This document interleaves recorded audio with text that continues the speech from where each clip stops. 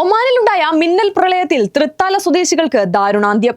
38 വയസ്സുള്ള യൂസഫ്, 32 വയസ്സുള്ള ഷംല എന്നിവരാണ് മരിച്ചത്. ഒമാനിലെ ഇൻകാസ് നേതാവ് ലുബിഷാദിന്റെ ഭാര്യയാണ് ഷംല. യൂസഫിന്റെ കുടുംബത്തിനൊപ്പം പെരുന്നാളിന് യാത്ര പോയിരിക്കുകയായിരുന്നു. 4 കുട്ടികൾ ഉൾപ്പെടെ 6 പേർ രക്ഷപ്പെട്ടു. കനത്ത മഴയെ തുടർന്ന് മസ്കറ്റിലെ അമറാത്ത് ബൌഷർ മലമ്പാദാത്ത് പോലീസ് താൽക്കാലികമായി അടച്ചു. ഒമാനിലെ ഇൻകാസ് നേതാവ് ലുബിഷാദിന്റെ ഭാര്യയാണ് ഷംല. ഇവർക്കൊപ്പമുണ്ടായിരുന്ന യൂസഫിന്റെ മാതാവ് റംലയെ കാണാതായി. ഇവർക്കായുള്ള തിരച്ചിൽ തുടരുകയാണ്. യൂസഫിന്റെയും ലുബിഷാദിന്റെയും കുടുംബം ഒരുമിച്ച് പെരുന്നാൾ ആഘോഷിക്കാൻ പോയതായിരുന്നു. 4 കുട്ടികൾ ഉൾപ്പെടെ 6 പേർ രക്ഷപ്പെട്ടു. നിസാൻ പെട്രോൾ കാർ ആണ് മിന്നൽ പ്രളയത്തിൽ അകപ്പെട്ടത്. കാർ പ്രളയജലത്തിൽപ്പെട്ട് ഒഴുകിപ്പോവുകയായിരുന്നു.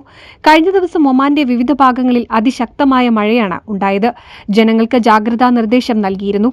മരണവിവരം കഴിഞ്ഞ ദിവസം തന്നെ പുറത്തുവന്നിരുന്നുവെങ്കിലും ഇവർ മലയാളികളാണ് എന്ന് ഇന്നാണ് സ്ഥിരീകരിച്ചത്.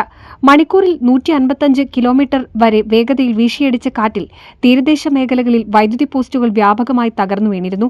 മസ്കറ്റിലെ പ്രധാന വാണിജ്യ കേന്ദ്രമായ ഖുറം ഉൾപ്പെടെയുള്ള പ്രദേശങ്ങൾ പൂർണ്ണമായും വെള്ളത്തിനടിയിലാണ്. കനത്ത മഴയെ തുടർന്ന് മസ്കറ്റിലെ അമറാത്ത് ബൌഷർ മലമ്പാദ പോലീസ് താൽക്കാലികമായി അടച്ചു. മുസന്തം, അൽ ബുറൈമി, അൽ ദാഹിറ, നോർത്ത് അൽ ബത്തിന എന്നിവിടങ്ങളിൽ ഇടിമിന്നലോട് കൂടിയ മഴയും പ്രളയ സാധ്യതയും നിലനിൽക്കുന്നുണ്ട്. മഴക്കെടുതി നേരിടാൻ സിവിൽ ഡിഫൻസ് യൂണിറ്റുകളും ആംബുലൻസ് വിഭാഗവും രാജ്യത്തുടനീളം സജ്ജമാക്കിയിട്ടുണ്ട്.